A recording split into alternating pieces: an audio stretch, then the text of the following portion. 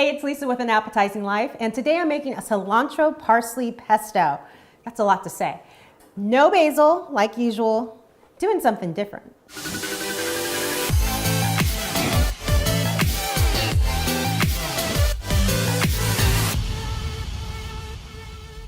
Okay, get out your Cuisinart or blender. You can use either one. And I love this recipe. It's super easy and you can make so many dishes with it. Let's do this. Okay, I have 2 cloves of garlic that I've already peeled. Throw those in. Cilantro. Italian parsley.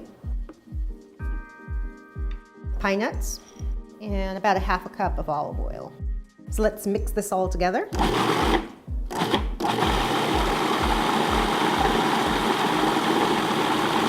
And I'm going to push down the ingredients on the side. And now I'm going to add in my Parmesan. A little salt. Let's mix this up again. And you want to make sure it's blended all together, just like that. And there it is, cilantro parsley pesto, which took me 3 times to say. This can be used on another dish that I'm going to show you in another video with rice and chicken and on appetizers. So if you like this video, give it a thumbs up. Don't forget to ring the bell so you know when there's new videos coming out.